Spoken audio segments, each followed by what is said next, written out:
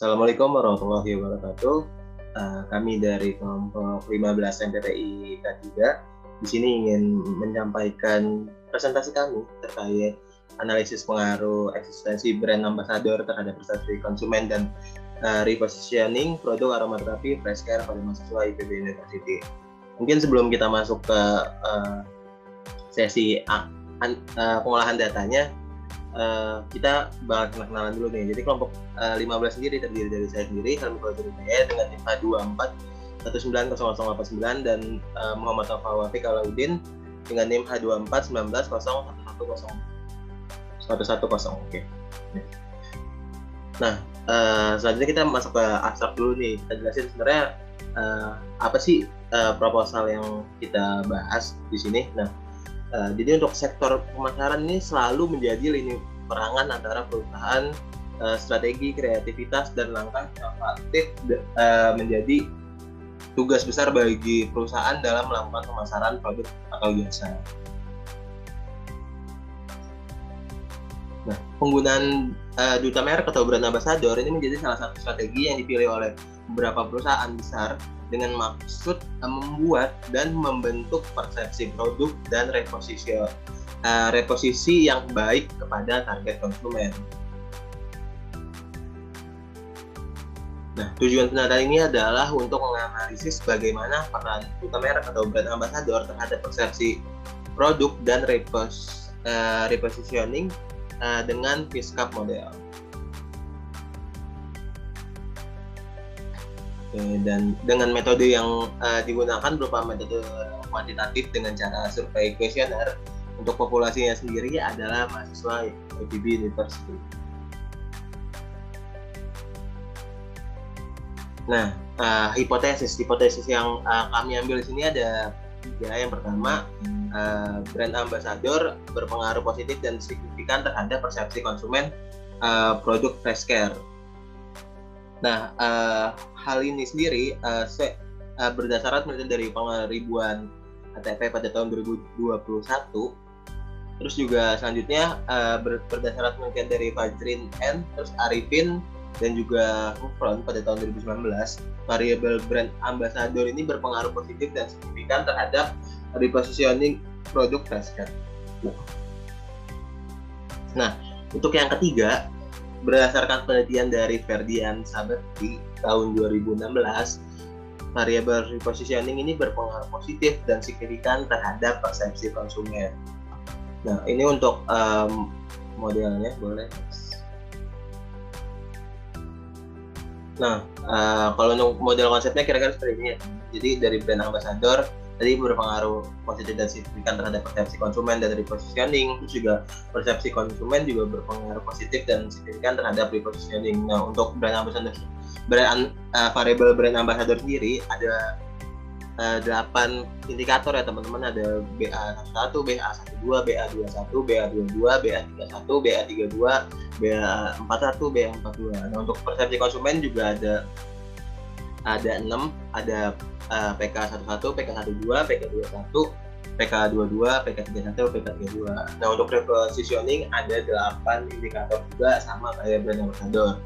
Ada RE11, RE12, RE21, RE22, RE31, RE32, RE41 dan RE42. Mungkin biar lebih jelas kalian kasih tahu juga ya untuk BA11 itu apa. Nah, untuk BA1 itu untuk visibility. Jadi BA11 itu popularitas, BA12-nya itu persona selebriti. Untuk BA21-nya itu citra diri, BA22-nya itu kepercayaan. Nah, untuk BA31 itu prestasi, lalu untuk BA32-nya daya tarik. Nah, untuk BA4-nya itu tentang power, jadi BA41-nya tentang kemampuan mengajak, dan BA42-nya idola masyarakat. Nah, untuk yang RE nih teman-teman, untuk yang RE11 itu dari core strategic value, ada tujuan merek dan juga keunikan merek. Untuk RE21 itu ada perkembangan dalam tren, dan RE22 itu kemampuan untuk berubah. Nah, untuk RE31 itu kepekaan terhadap konsumen, RE32 memiliki kualitas yang dapat bersaing, RE41 kepercayaan terhadap merek, dan RE42 menggunakan produk berulang kali. Nah, selanjutnya terkait PK atau persepsi konsumen. Nah, PK11 ini terkait pengalaman konsumen sebelumnya, terus juga PK12 itu tentang kebutuhan konsumen pada saat itu, PK21 itu tentang reputasi merek di kalangan konsumen, dan untuk PK22 itu ada kesan yang tergambarkan oleh konsumen. Nah, untuk PK31 itu menjadi pilihan utama untuk melakukan transaksi, dan PK32 melakukan transaksi pembelian. Ya, mungkin bisa dilanjutkan.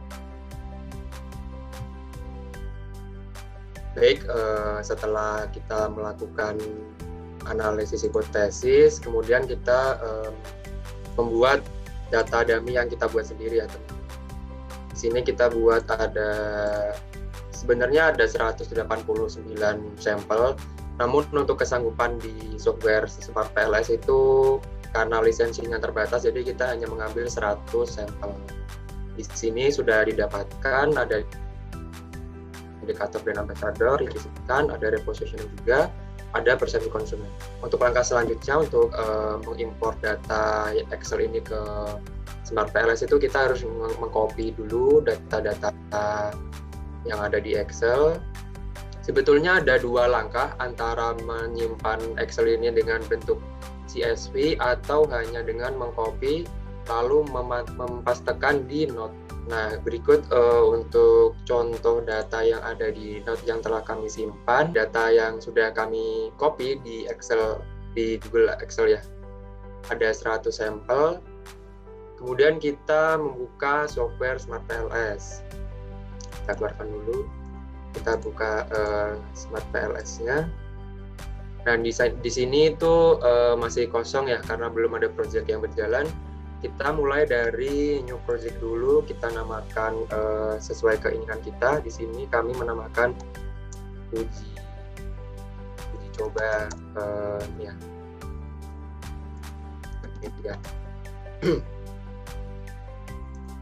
Baik, setelah muncul project yang sudah dibuat, di sini ada panduan double click to import data. Nah, di sini kita akan mengimpor data data Note yang sudah kita simpan tadi. Kita klik OK. Nah, di sini muncul 99 records ya teman-teman, bukan 100. Setelah ini data semua muncul di sini, kita lalu ada di sini ada dua pilihan. Nah, kita pilih yang ada gambar nyopet modelnya. Kita klik dua kali. Nah, muncul lembar kosong. Di sini kita harus menggeser indikator-indikator ke sebelah kanan. Di sini kita bagi sesuai indikator variabel masing-masing. Di sini ada brand ambassador. Untuk di sini kan tulisannya masih laten variabel 1 ya teman-teman. Di sini kita rename dulu menjadi brand ambassador.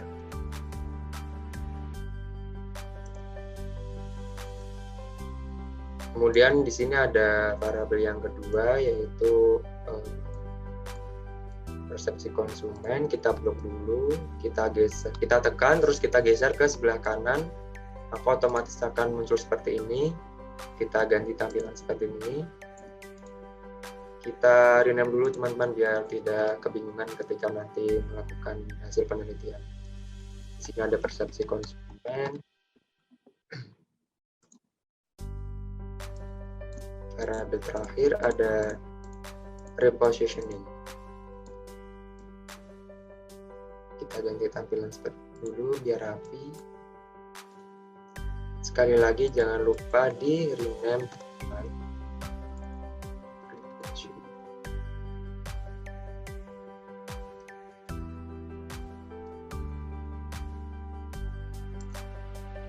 Nah, sebelum kita melanjutkan langkah selanjutnya itu kita di sini harus memastikan apakah sudah tepat jumlahnya atau belum. Tadi di Google Excel itu ada 8 indikator untuk brand ambassador.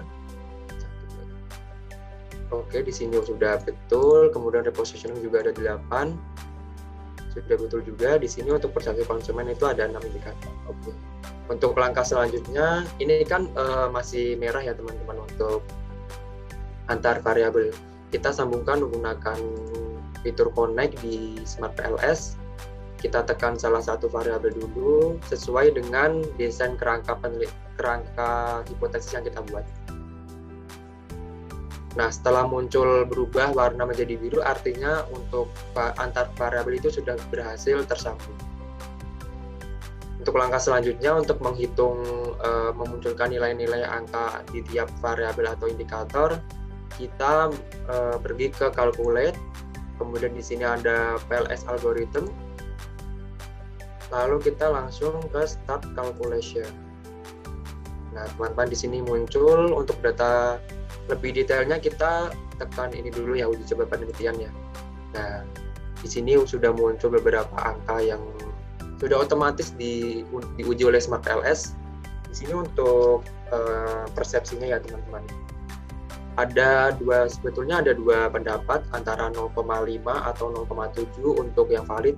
Namun di sini kita mengambil 0,5 terlebih dahulu. Di sini untuk brand ambassador ada indikator yang valid dan tidak valid. Nah, di sini ada indikator yang valid itu ada BA11, BA12, BA21, BA22, dan cukup ya teman-teman. Untuk yang BA tidak valid itu ada BA31, BA32, BA41, dan BA42. Kemudian untuk repositioning juga, di sini ada yang tidak valid itu di RE21, RE22, RE31, RE32, RE41, dan RE42. Kemudian untuk variabel persepsi konsumen, di sini untuk yang tidak valid itu ada PK31 dan PK32. Oke, untuk nilai antar variabel antara brand ambassador, repositioning, dan persepsi konsumen juga kita mengambil pendapat yang di atas 0,7 ya, atau dari composite reliability. Artinya di sini untuk hipotesis yang telah kami buat di antara brand ambassador itu berpengaruh positif terhadap persepsi konsumen itu tidak terbukti. Kemudian persepsi konsumen berpengaruh positif terhadap repositioning juga tidak terbukti. Yang terbukti itu hanya H11 ya seperti apa, yaitu brand ambassador berpengaruh positif terhadap repositioning. Kenapa? Karena di sini untuk nilai dari coefficient bet-nya sendiri itu mencapai 0,8. Sedangkan untuk yang dari brand ambassador ke persepsi konsumen itu minus 0,661, dan juga dari persepsi konsumen ke repositioning itu 0,16. Nah, untuk data-data yang lebih detail kita bisa lihat di sini ada kolom PLS algorithm ya. Nah, di sini ada pilihan quality kriteria. Di sini kita bisa melihat antara reliability dan validity masing-masing. Di sini kita bisa lihat, kita perpanjang dulu agar jelas itu. Nah, di sini untuk kita fokus ke front space alpha, composite reliability, dan AV. Di sini untuk brand ambassador yang valid itu hanya ROA ya teman-teman. Front space alpha itu harusnya kalau menurut data di Smart PLS itu yang valid itu di atas 0,8, sedangkan di antara ketiga variabel di sini yang di atas 0,8 atau valid adalah persepsi konsumen. Kemudian juga dengan composite reliability itu harusnya untuk yang valid itu menurut data Smart PLS itu 0,7. Untuk di sini juga yang valid itu hanya persepsi konsumen. Dengan AV terakhir itu yang valid menurut data Smart PLS itu di atas 0,5. Nah, di sini untuk yang di atas 0,5 atau yang valid hanya persepsi konsumen. Kita juga bisa lihat di discriminative validity teman-teman. Nah, di sini kita lihat keterhubungan antara variabel satu dan yang lainnya. Untuk yang bernilai positif itu hanya ada di brand ambassador dan repositioning terhadap brand ambassador sesuai dengan nilai yang di sini. Mungkin sampai saat ini saja teman-teman untuk tutorial terkait penggunaan analisis Smart PLS. Oke, baik. Sekian dari kelompok 15 atas presentasi tutorial video SMPLS dari kelompok 15. Nah, sekiranya terima kasih. Sekian dari kelompok 15 MPPI P3. Wassalamualaikum warahmatullahi wabarakatuh.